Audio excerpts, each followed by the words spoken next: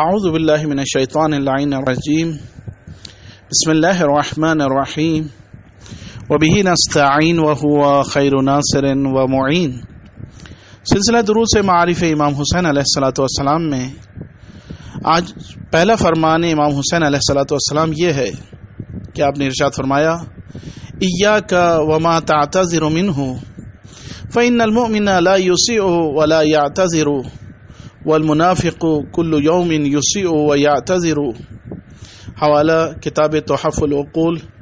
صفحہ نمبر 253۔ یعنی امام حسین علیہ السلام نے ارشاد فرمایا بچو ایسے کاموں سے کہ جس پر معذرت خواہی کرنی پڑے، کیونکہ مومن برا کام کرتا ہی نہیں ہے کہ اس پر معذرت خواہی کرے، اور منافق شخص ہر روز برے کام کرتا ہے اور معذرت خواہی کرتا ہے۔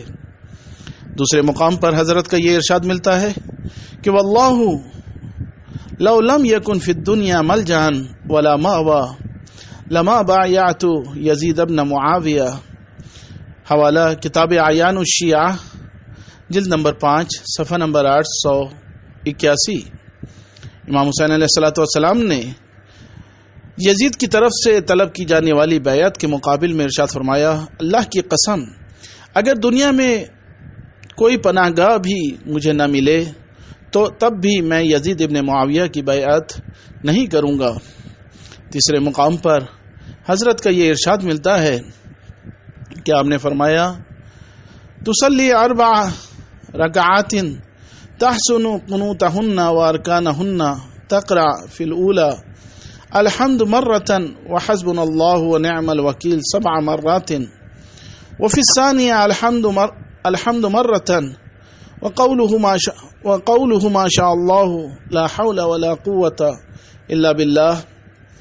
إن ترني أنا أقل منكم مالا وولدا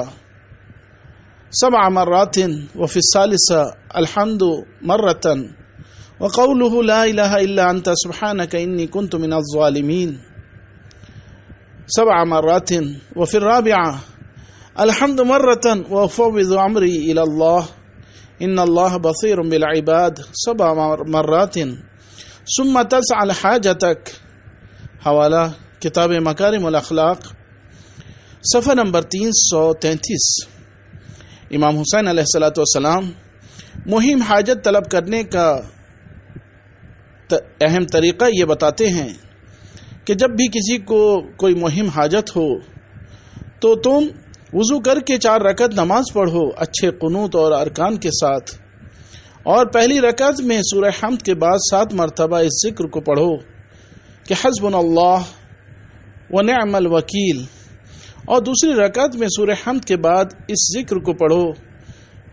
کہ ما شاء اللہ لا حول ولا قوت الا باللہ۔ اس ذکر کے بعد اس ذکر کو 7 مرتبہ پڑھو، اور پھر تیسری رکعت میں سورہ حمد کے بعد اس ذکر کو کہ لا الہ الا انت سبحانک انی کنت من الظالمین، اس ذکر کو 7 مرتبہ پڑھو، اور پھر چوتھی رکعت میں سورہ حمد کے بعد 7 مرتبہ اس ذکر کو پڑھو کہ وَأُفَوِّضُ أَمْرِي إِلَى اللَّهِ إِنَّ اللَّهَ بَصِيرٌ بِالْعِبَادِ، اور پھر اپنی حاجت کو طلب کرو تو انشاءاللہ تمہاری حاجت پوری ہوگی۔ چوتھے مقام پر امام حسین علیہ السلام کا یہ فرمان ملتا ہے کہ آپ نے ارشاد فرمایا من نفس کربۃ مؤمن فرج اللہ عنہ کرب الدنیا والآخرہ ومن احسن اللہ الیہ واللہ یحب المحسنین۔ حوالہ کتاب کشف الغمہ جلد نمبر 2 صفحہ نمبر 42۔ امام حسین علیہ السلام نے ارشاد فرمایا جو کسی مومن بھائی کی پریشانی کو دور کرتا ہے اللہ تبارک و تعالی اس سے دنیا اور آخرت کی پریشانیوں کو دور کرتا ہے، اور جو کسی کے ساتھ نیکی کرتا ہے تو اللہ تبارک و تعالی اس کے ساتھ نیکی کرتا ہے، اور اللہ نیکوکاروں کو دوست رکھتا ہے۔ 5ویں مقام پر حضرت کا یہ فرمان مختصر ملتا ہے کہ آپ نے ارشاد فرمایا ان خیر مالک ما وفیت به عرضک حوالہ فرہنگ سخنان امام حسین علیہ السلام صفحہ نمبر 277. یعنی امام حسین علیہ السلام نے ارشاد فرمایا بے شک تمہارا بہترین مال وہ ہے جس سے تم اپنی عزت محفوظ رکھ سکو. وآخر دعوانا ان الحمد للہ رب العالمین.